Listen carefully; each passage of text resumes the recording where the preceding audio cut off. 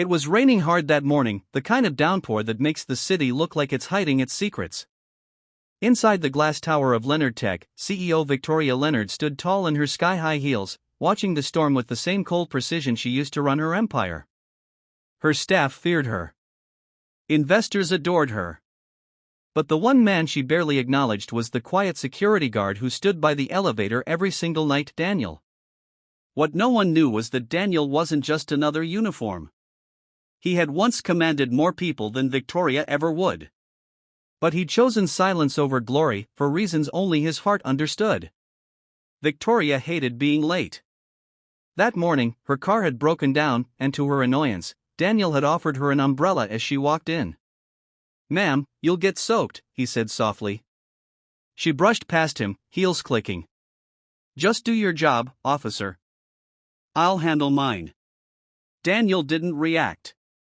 He just smiled faintly, the kind of smile that hides more stories than words ever could. In the break room, the staff whispered. "You know he's been here for years? Never takes a vacation, never talks about his life. Probably has nowhere else to go," another joked. But the truth was, Daniel chose to be there. 2 weeks later, chaos struck.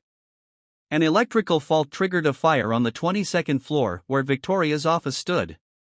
The alarms blared. People ran.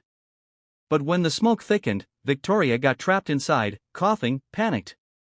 The cameras later showed it all, Daniel running up, not down, the emergency stairs. Through the flames and the dark, he found her unconscious on the floor.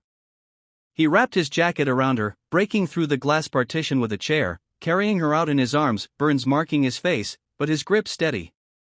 When she came to in the hospital, the first thing she saw was Daniel's hand, bandaged and trembling, as he sat beside her bed. "You've saved me," she whispered, voice breaking. He just nodded. "It's my duty, ma'am." Days later, Victoria couldn't shake the image of his calmness. So, she had her assistant look into him. The file came back thin, but one line froze her.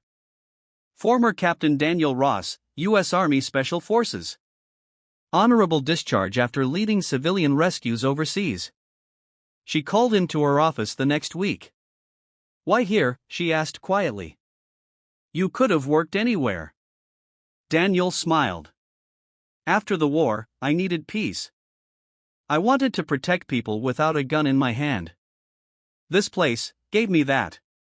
Something shifted in her then, the icy CEO facade cracked just a little.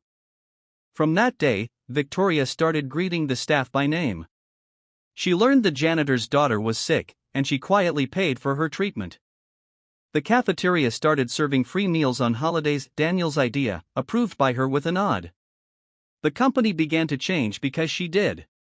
And in quiet moments, she would find Daniel at the security desk, reading a worn-out book on leadership that he'd probably once written about through his own life. Months later, at the company's annual gala, Victoria stood on stage and said, "Every great company has heroes we don't see in suits. Some wear badges. Some just hold open doors. But they all carry the strength that holds us together." She turned toward Daniel, sitting humbly in the back, and smiled. That night, she didn't see a guard. She saw the man who reminded her that kindness is the highest form of power. And for the first time in years, the storm outside didn't feel like chaos, it felt like renewal.